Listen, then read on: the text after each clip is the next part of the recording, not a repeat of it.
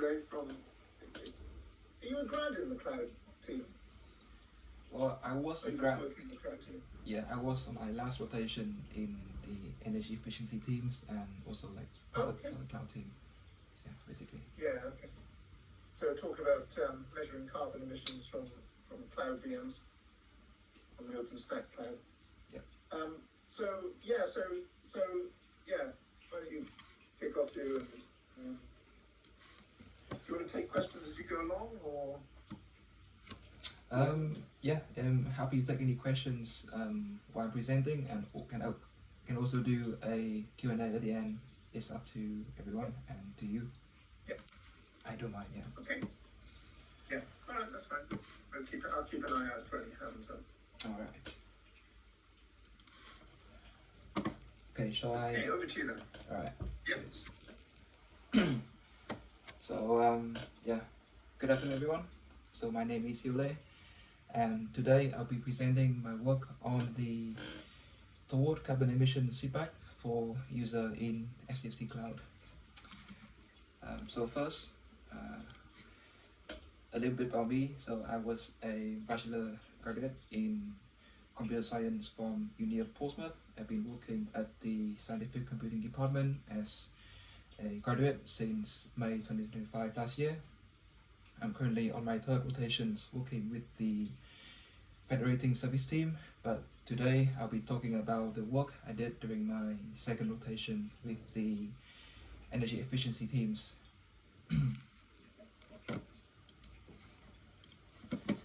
So first, let me give you a bit of context about the team I was working with. The energy efficiency teams is a working group within scientific computing department, and the goal of the team is to help align the department's work with UKRI net zero targets, which basically make sure the computing work that we do is as energy efficient as possible. To do that, the team has developed a sustainable strategy made up of 5 projects connected through a central hub, as you can see on the slide.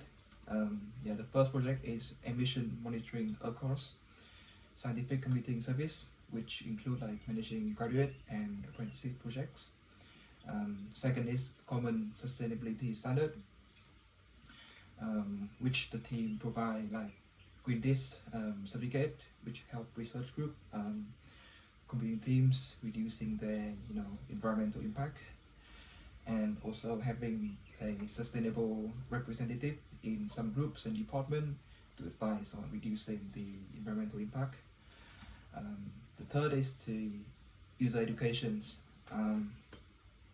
The team has support hub on STFC SharePoint, which provide very useful like support examples and also a few sustainability articles. The last one is providing best practices. Yeah, the team advise on many computing tools and resources, and also help organizing regular NetDrive community meetings to exchange ideas and encouraging collaborations between different research institutes. Yeah, I think these projects are all linked together so that they can support each other by fostering collaboration and reducing duplication of effort between different departments or other institutes. Next slide. Yeah, so within the energy efficiency teams, there are also a number of graduate and apprentice projects. My project focused on estimating user carbon emissions within STFC Cloud, and I was supervised by my lab manager David McDonough. There are also other projects. For example, George Rowe worked on GUILT, stand for Green Usage Impact Logging Tool, which monitor user emissions of HPC job in services like Scarf, and project by Ashraf look at the carbon aware scheduling on ADA platform to schedule compute tasks during the greener period of the day, like in the evening or in the morning, where the not a lot of people are using energy. So James Arendran recently started working on his project. It's called embedding carbon-aware scheduling in scientific computing services. Yeah, I'm not exactly sure the details of that, so I'll find out that soon. So now, before I get into my project, so here's the problem that my project is trying to solve. So, where is it? Okay, so STFC Cloud is a dedicated cloud infrastructure that provides compute resource to users across STFC and partner organizations. It is designed to be flexible and support a wide range of use cases, from like running data analysis to deploying web services, also providing training course through Jupyter Hub, and also can run GPU workload for machine learning as well. And under the hood, STFC Cloud uses OpenStack to create and manage virtual machines, along with hosting other services like Docker Hub, Kubernetes, and Harbor for container management.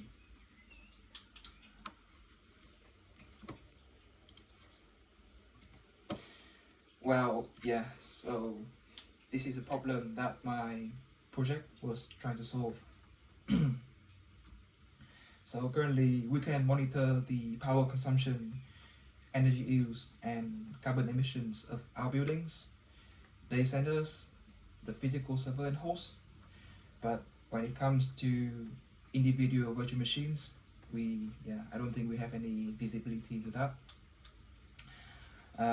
STFC DI team, digital infrastructure teams, they have made some dashboard to help visualize the power and energy used by our IT infrastructure, and you can see that on the right. I think many of us has came across that before and use it, and I personally think it's very useful to give an aware of how much power we're using, and also the carbon emissions of our research work. I think at the moment right now, the STFC Cloud is running more than 3,000 virtual machines to support research and many other uses. However, per VM power and energy data is not exposed to user that is running them. This is matter because without that information, user may unknowingly over provision their VMs, for example, requesting more CPU or RAM than they actually need, or they might leave their VMs running long after they are finished with them, which could tie up resources on the cloud that could be used by someone else for something else. Yeah, you can see the diagram below that. So we know the energy use at the building level, the data center level, the hypervisor level, but not per VM that is running on hypervisor. Put that as a note there to highlight it. So this is my project coming. So the goal of my project is to bridge that gap between the infrastructure level monitoring that we already have, and also giving individual user feedbacks about their carbon emissions of their own virtual machines. To do that, I developed two tools. The first is the VM power and carbon calculator, which is a web tool for estimating carbon emissions on historical data. And the second is real-time Grafana dashboard, which pull live metrics from STFC Cloud to give users an up-to-date estimate of their VM's power and carbon emissions. Well, both of the tools are aiming for the same thing, making carbon emissions visible to cloud user, so they can make more informed and sustainable decision about how they use the cloud resources, and in this case the virtual machines. Next slide. Yeah, so let me start with the first two. The VM Power and Carbon Calculator. This is a website calculator that was developed using React.js. I think I used TypeScript, yep. And using the data from ArisCast project. You give it 3 inputs. So first is your VM flavor type, second is your hypervisor type, and third is how long you have been running your VM for.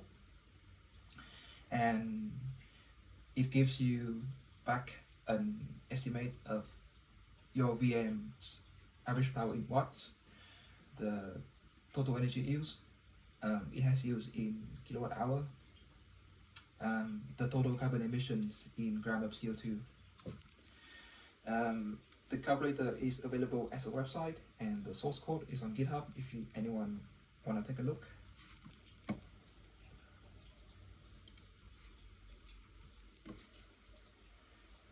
So where does the data come from, you may ask? The data comes from the ArisCast project, which stands for Aris Carbon Audit Snapshot. ArisCast is a UKI net zero digital research infrastructure project that audited the carbon footprint of 6 Aris scientific computing facilities, including like RAU, so outside, QMUL, I think Queen Mary, Uni of London, and Durham, and a few other sites as well. As part of the project, the infrastructure data from STFC Cloud was collected across 582 hypervisors. A data pipeline was set up using Firebase, Logstash, and OpenSearch to collect and store that data. You can see the pipeline in the diagram below. It collects the power data from hypervisors and that fed that through Logstash and stored it in OpenSearch, which is blue on the right, and where it can be queried and visualized.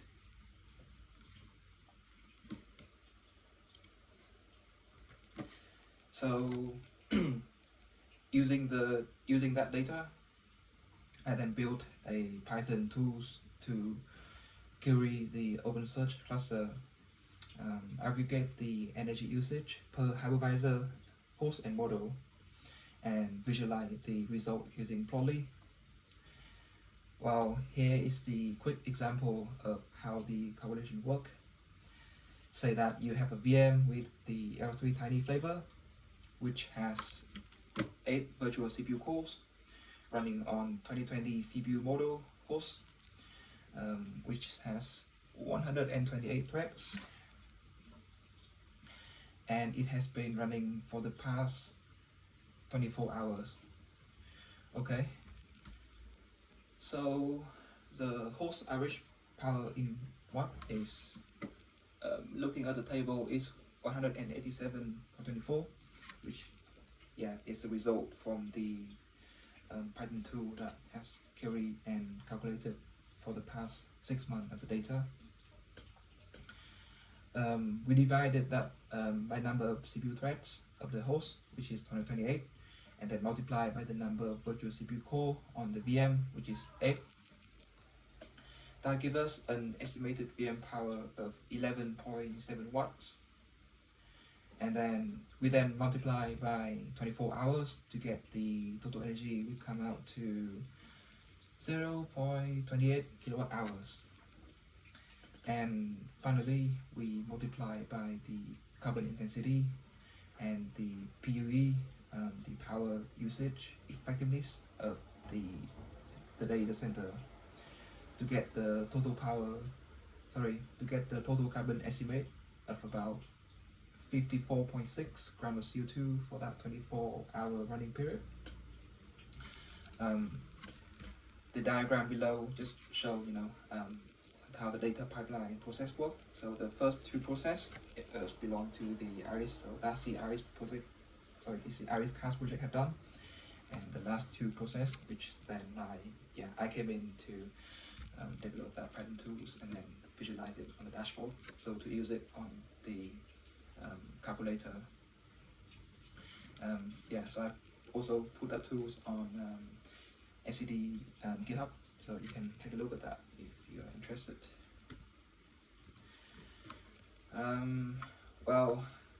So what can user actually do with the calculator? I think that it helps user understand the environmental impact of their computing workloads.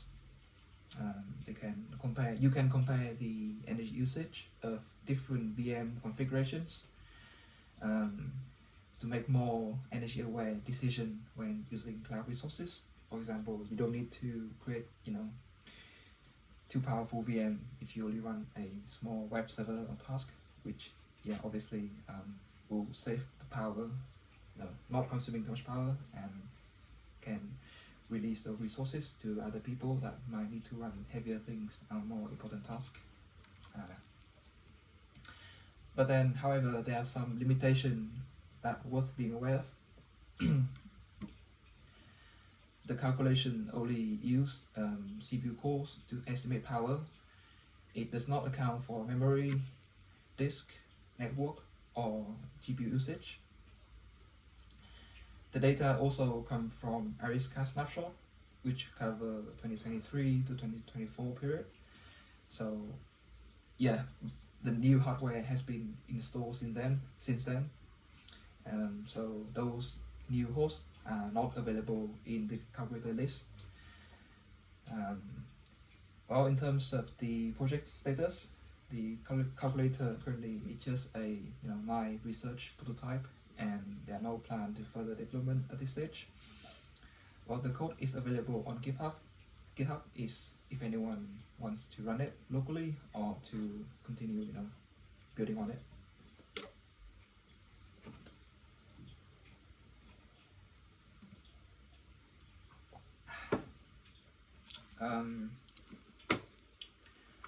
Moving on to the second bit of my project.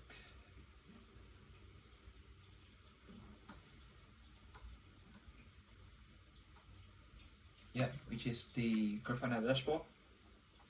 So unlike the calculator, which use historical data, the Grafana dashboard use real-time metrics from STFC cloud infrastructure.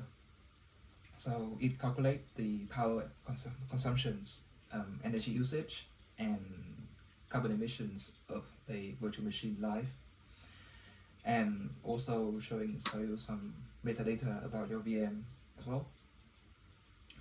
So to use it, you first need to sign in to the dashboard using Iris IAM account at the link shown on the slide. So the link in red.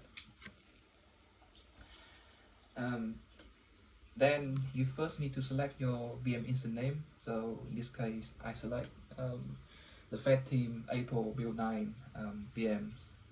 Just select that randomly. You can also verify the VM UID below, because in some case you can create a VM with the same name. So the only way to distinguish it is via its UID, which is unique for each of the VM. So for example, if you have this VM name of the same name, then you can select between those VM by selecting the UID assigned to those VM, which is available on OpenStack when you create a VM or when you see it. You need to select your runtime duration as well, so like how long you want to see your VM for. So in this case, I just put an example of 1 week. So the dashboard show you the total carbon emissions, the total energy used during the selected period, which is 1 week in this case, and also giving you the power and carbon emissions per hour as well.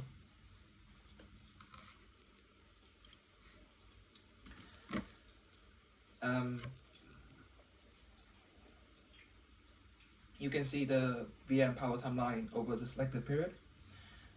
Some metadata metrics like how many trees that need to absorb the carbon that when the VM is running, and also some useful data I think might be useful, like the host and model name that your VM is running on, your VM flavor type, and what project is your VM belongs to, the CPU core of your VM, and also the host. Just interesting to look at.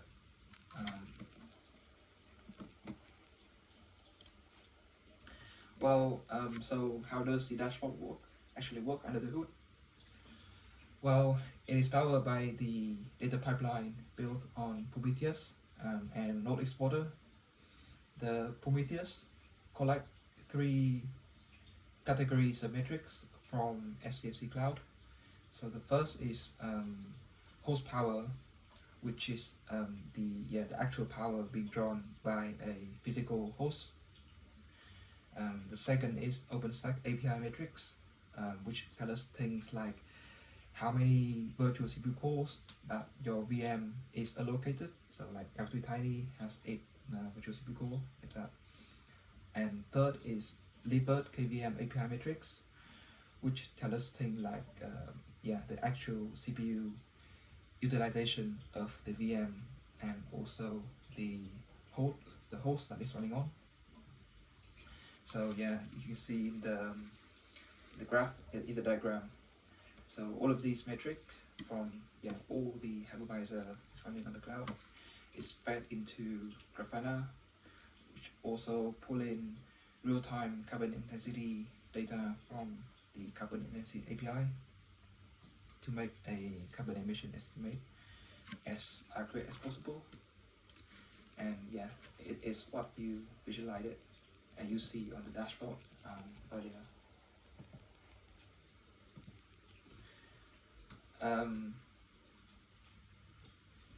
Now there are actually 2 dashboards, so each using different method to estimate VM power. So let me explain both of them. The method 1 is CPU usage based.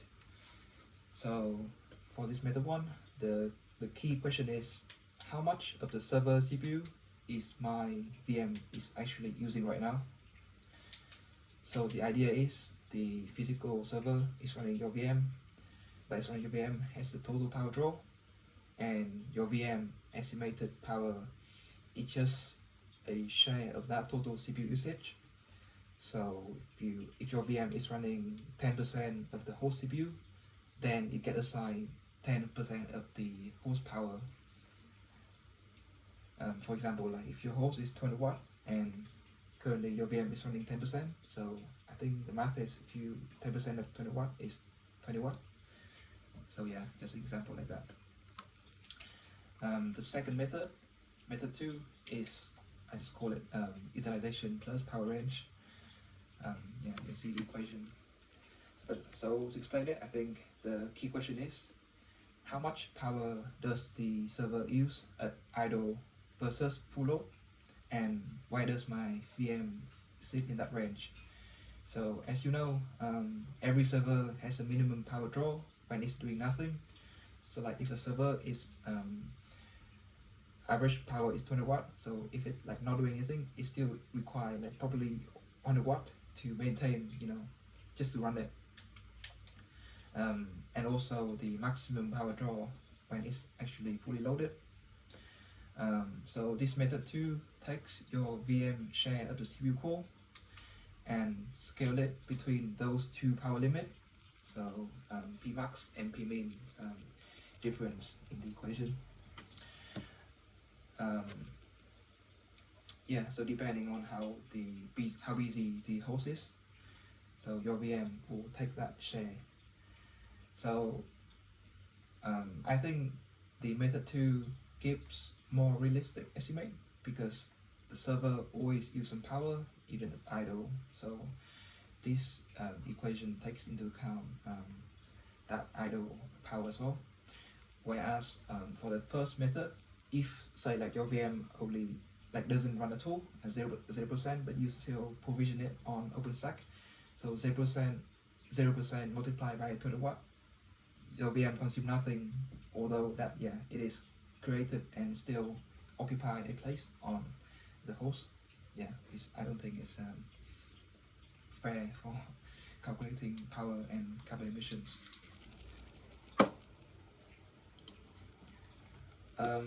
Well, so which method is better? Personally, I'm not sure. So I have a really small test, and I think this test is not enough to show anything yet, but just, yeah, just to demonstrate. So to test this, I stress test some of the VM using the tool called stress ng. So running the VM at 0%, 50%, and 100% CPU load for 50 minutes each, and compare the power estimate from all three methods. Yeah, so the result, I put it on the graph on the right. The result are shown in the chart on the right, yeah. So as you can see, the VM calculator gives a flat constant estimate. So the third graph on the right, it does not change with the load. Yeah, obviously, because it's just a historical tools.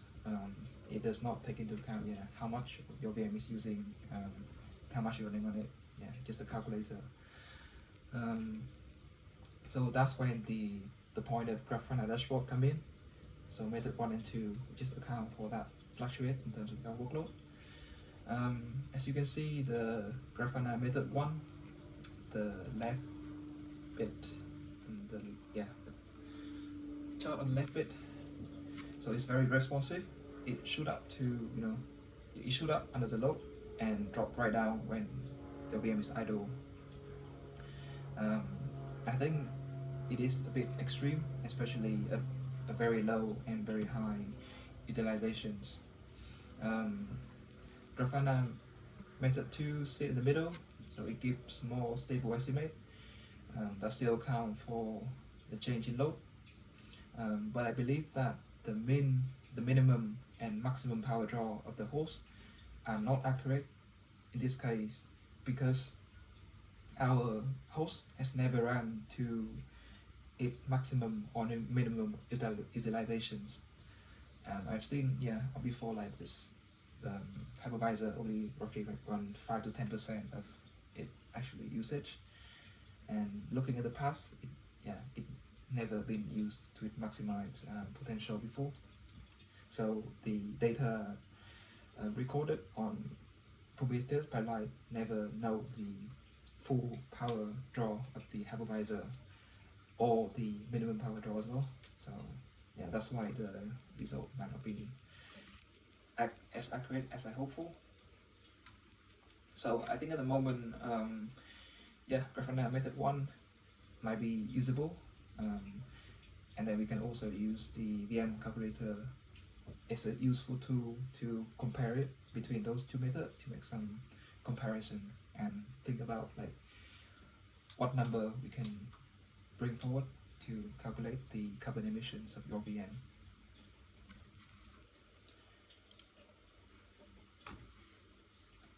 Okay, so it's been a long presentation. So to wrap things up, so this project demonstrates two approaches to giving cloud user a visibility into the carbon emissions of their virtual machines.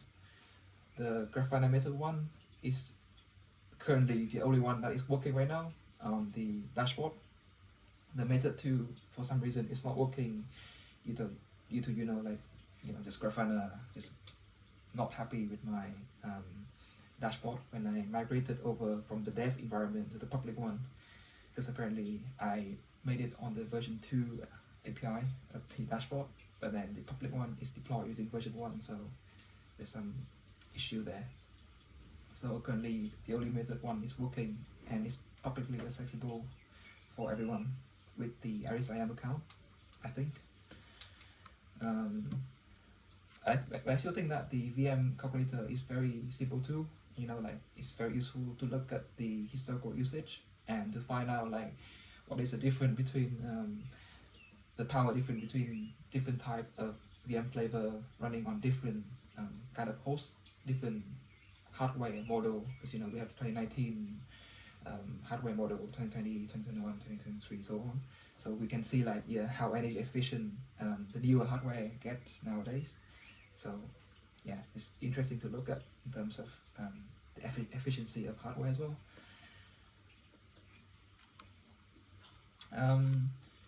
Yeah, the main limitation across both of these tools is that they only account for the CPU usage, memory disk, and GPU are not included yet, which meant that the GPU flavor is not supported. You can still, on both of the tools, you can still select the GPU flavor, but it only uses the CPU utilization and share of CPU core as a way to calculate that. So yeah, it does not account for the GPU share tool, which is not accurate, I believe. In terms of the future work, I think if this project would be carried forward by anyone else or who knows, by myself, then it would be really good to incorporate like additional resource metrics like RAM, I/O network, and most importantly GPU into the calculations as well. I think it'll be tricky, but it's a very good way to bring it forward. I would also ideally like using carbon intensity API into the equation, because at the moment I only use the constant number of the last year UK carbon intensity API average. I didn't have time to using the real-time API yet, but if you can use that real-time API data, then it's very useful, because I think the UK network is getting more and more lower. It get lower carbon intensity over the year because of newer energy is being deployed on the grid. And the last thing would be really nice to see is that we can actually see the carbon intensity, the carbon emission of your VM integrated into the OpenStack interface. So when you create and use a VM on OpenStack, you can also see the carbon intensity, the carbon emission that your VM has emitted within that as well. So that would be ideal, but that might be quite hard to do. Finally, I'm happy to say that this work was also presented as a research poster at the NetDrive Oxford community meeting in April 2026, so April this year. It was a great opportunity for me to share this work, with many people there as well, because they come from different institutes. Also met people from the Durham computing facility as well, so it's very cool to share the idea and receive some nice feedback and other people's thought about it. I also would like to take a moment to thank my line manager, David McDonough, for his support and encouragement throughout this project.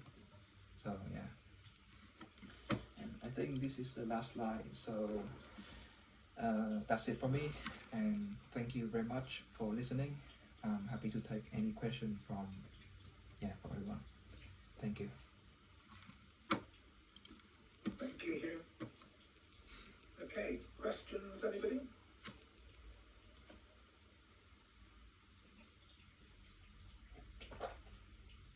Some rounds of applause.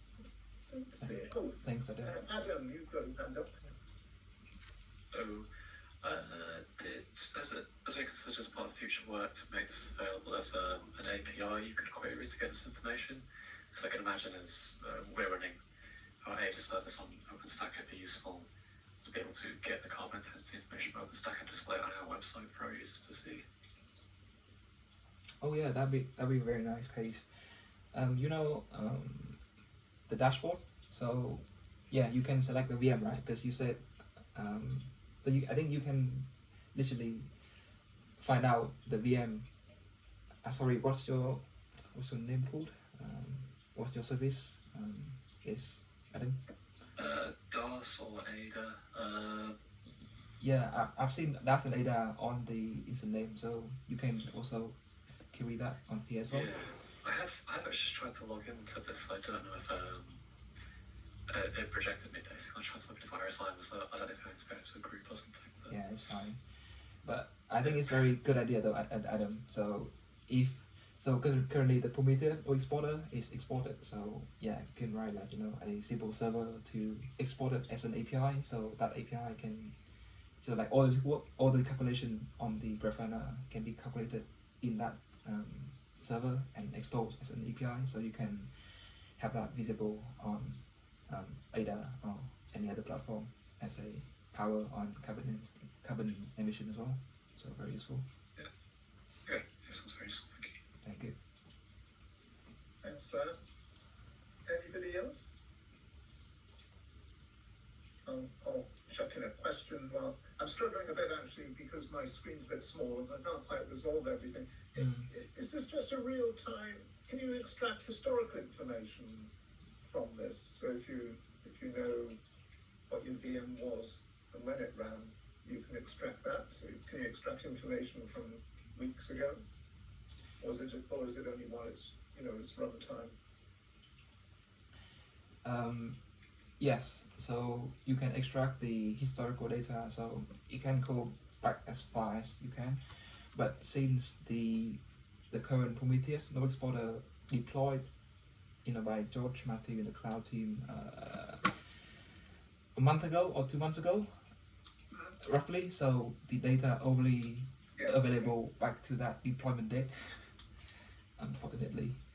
Because somehow what we really want to, this is interesting, and actually it's just got me thinking a bit about, the challenge. There's some here obviously I've thought a lot about around the challenge of how you actually calculate the carbon at the VM level. But obviously to change behaviors, you've got to, somehow we have to, as Adam said, one way is obviously to provide a report during runtime on the VM, but the other is to generate historic reports which we can deliver to people, but I can see, to go from a community with a set of VMs to a carbon report for the community, I can see it would be challenging, but somehow we do need somehow to, I realise it's not you, it's a short-term project for you, but we need to start to experiment with how we change behaviour. Yeah, I guess this is a good step to helping that behavior by just showing people some number, like the power. Because right now they don't know, like, yeah, I'm using VM, but I don't know how much I'm using. But yeah, I like it. Yeah, thanks. I like the idea. And sort of going back to my I hadn't really thought how you account for it. So at the moment, you know how much carbon the VM the hypervisor has used over a period of time, and you're just using a single metric to share that carbon out amongst all the VMs sitting on the hypervisor, or at least allocate the share to the VM that you've queried. So all the carbon is accounted for, but what you're saying is, but perhaps not fairly, someone may be using they may be sitting on a GPU, for instance, it's not accounting, for example, or so it accounts for all the carbon used and shares it out, but the algorithm would need to be more sophisticated in order to get a more accurate reflection of the VMs, the particular VM's load. Is that was what you were saying? Is it? That's what I've understood you to be saying. Yes, exactly. Yeah, you're right. So in terms of GPU flavor, GPU compute, I think the GPU would then be a substantial amount of power on that hypervisor, and I couldn't take into account the GPU at all. Like as a driver issue, it doesn't report back to Prometheus. So is there any research or prior art on how one does this in a more sophisticated manner? Are there methodologies you didn't have time to apply, or is it just badly understood at the moment? Do you mean like do you want to ask? Has anyone else? Have people experimented with sophisticated algorithms? Hold on a sec. I just got to go and feel the. I'll only be literally 2 minutes.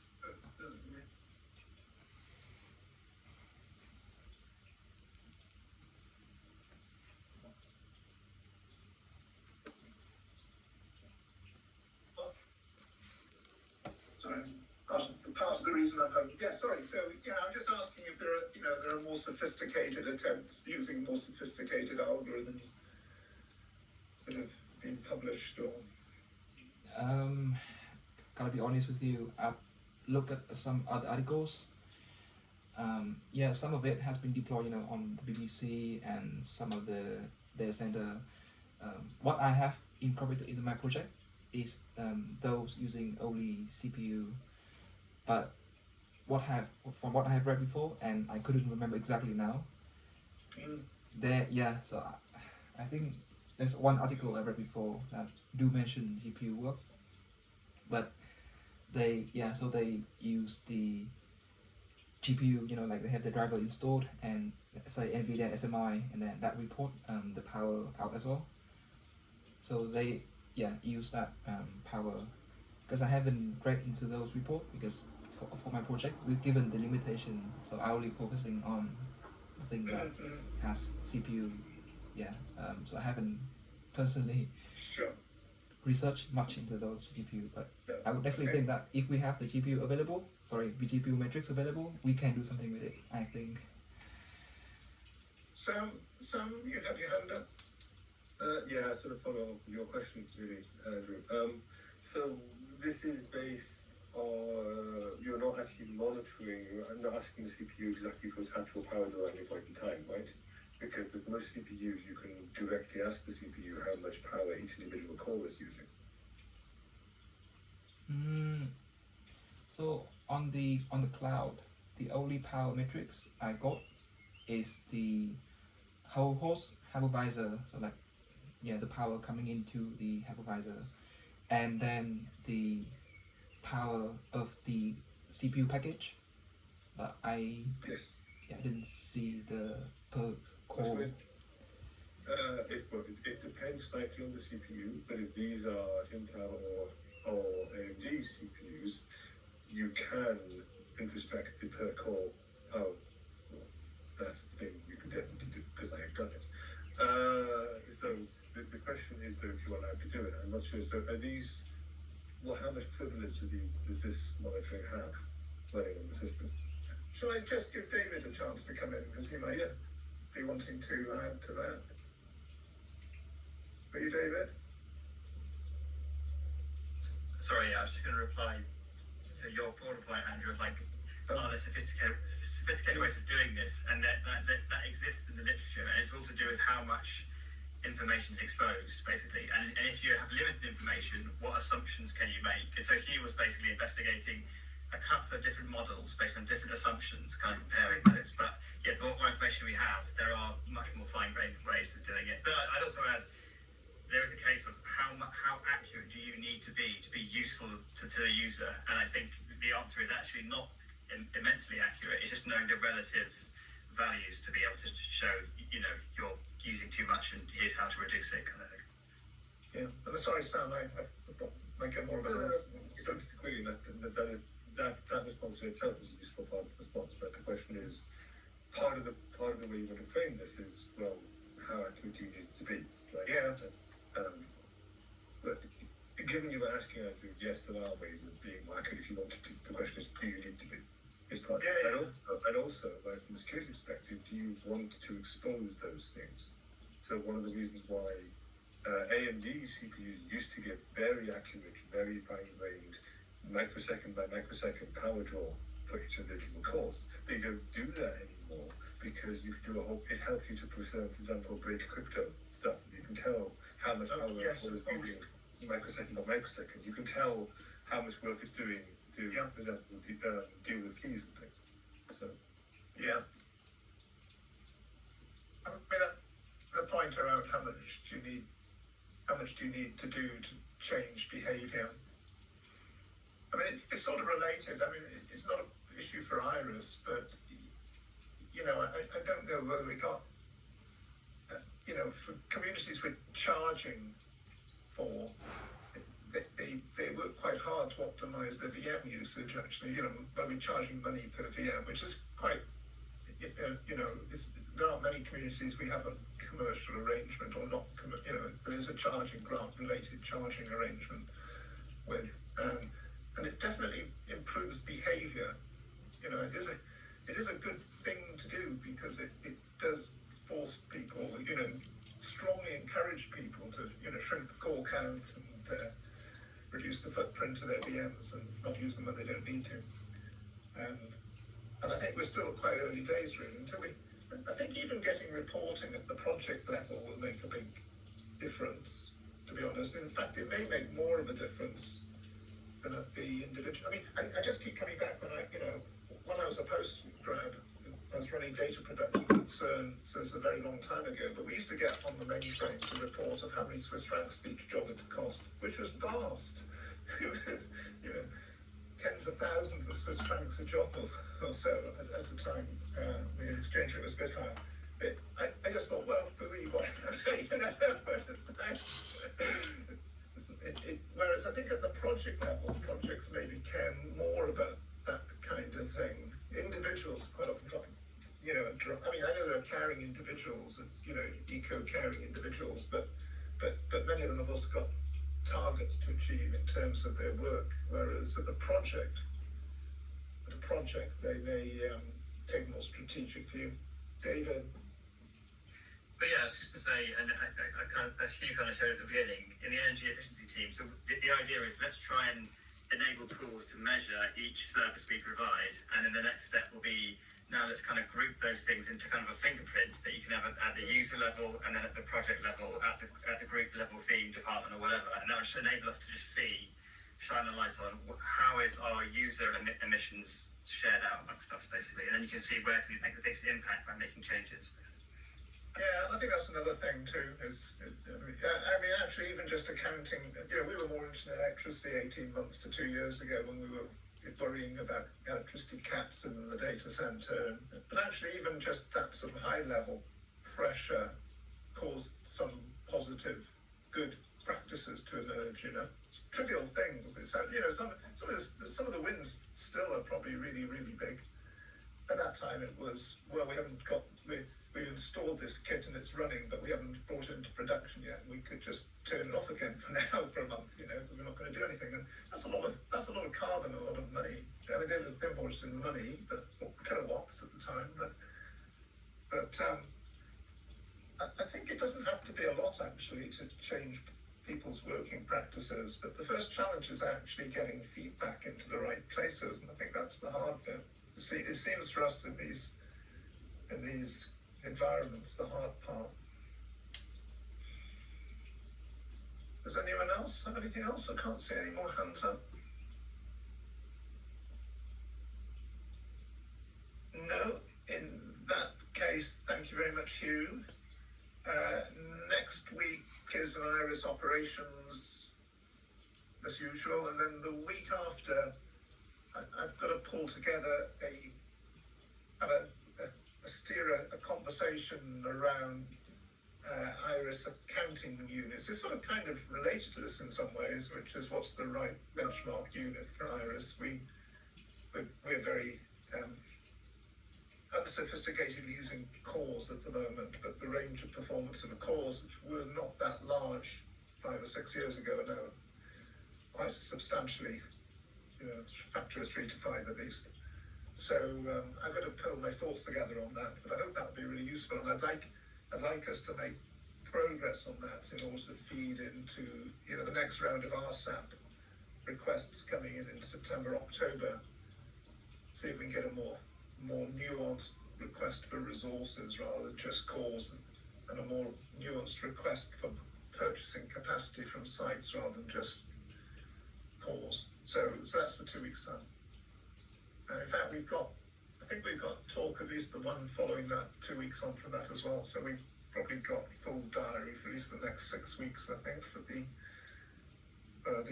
technical working group. So keep it in your diary. Okay, thank you everyone. In that case, I'll see many of you next week. And thank you, Hugh, again for the talk. It was interesting, thought-provoking. Cheers then. Bye.